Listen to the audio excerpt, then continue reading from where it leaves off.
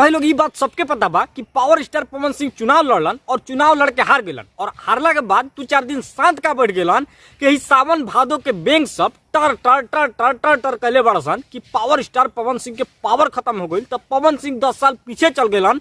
तब पवन सिंह अब भोजपुरी इंडस्ट्री में मुंह दिखाए लगना बचलन। अरे भाई, नाम पवन सिंह रखने से कोई सियासत में पावर स्टार नहीं बनता है। पावर स्टार पवन कल्याण सरऊ रेले के तो हम तोहरे के बहुत दिन से चाहत नहीं है, लेकिन कुछ कारण से वीडियो ना बना पात नहीं है। तो भाई लोग ये इंसान है जो पावर स्टार पवन सिंह के नाम लेके अपन चैनल चलावतला। अगर अक्षरा सिंह के इंटरव्यू करतला तो में पवन सिंह के घुसा के अपन रोटी सेक लेतला और अब ही कहता है कि पवन सिंह पावर स्टार ना हमन। पवन भैया, मैं नहीं बोलता हूँ, आजादी सलाह कोई नहीं तो फिर सोच लिया अपन हाल। ये है वो है दिस है दैट है, बहुत मार मारो।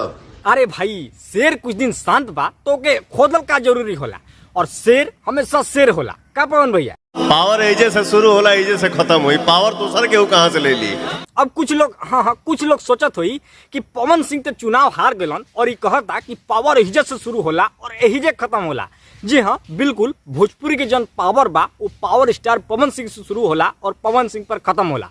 चाहे चुनाव में पवन सिंह हारस चाहे जीतस, उससे कोई मतलब नहीं है, लेकिन भोजपुरी इंडस्ट्री के जौन राजा हुआ वो हमेशा पावर स्टार पवन सिंह रहियन और हमेशा रहियन जब तक पावर स्टार पवन सिंह जिंदा रहियन। देख लो, पवन सिंह जब से भोजपुरी इंडस्ट्री में कदम रखले पड़न तब से पवन सिंह एक तरफा राज करतन। जो राजा के कुर्सी होला भोजपुरी इंडस्ट्री में वो पवन सिंह ऊपर विराजमान बढ़न।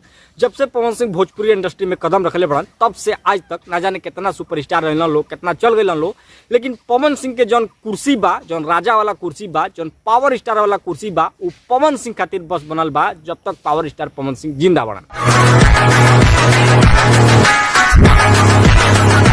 हाँ, ये बात के दुख जरूर बा कि पावर स्टार पवन सिंह चुनाव हार गलन, लेकिन पवन सिंह पहले भी बतैले रहलन कि हम अगर चुनाव जीत भी जाएम तो सिंगिंग ना छोड़म, हम अपन एक्टिंग ना छोड़म, कैसे कि हमार सिंगिंग से हमार पहचान बनल बा।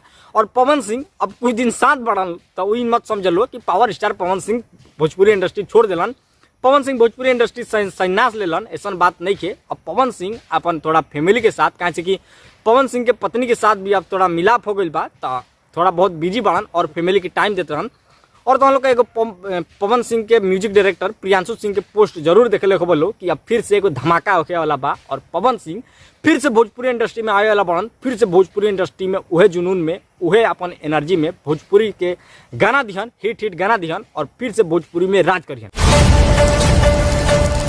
बाकी भाई लोग, हमारे कुछ समस्या के खातिर हम वीडियो ना बनाओ तनी, लेकिन अब अगर कोई पवन सिंह के उंगली करता तो ओके उंगली हम करम।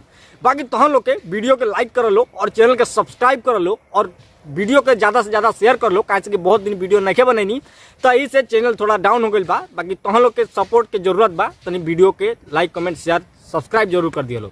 बाकी मिलते नहीं दूसरा वीडियो के साथ बहुत जल्द, बहुत बड़का धमाका के साथ।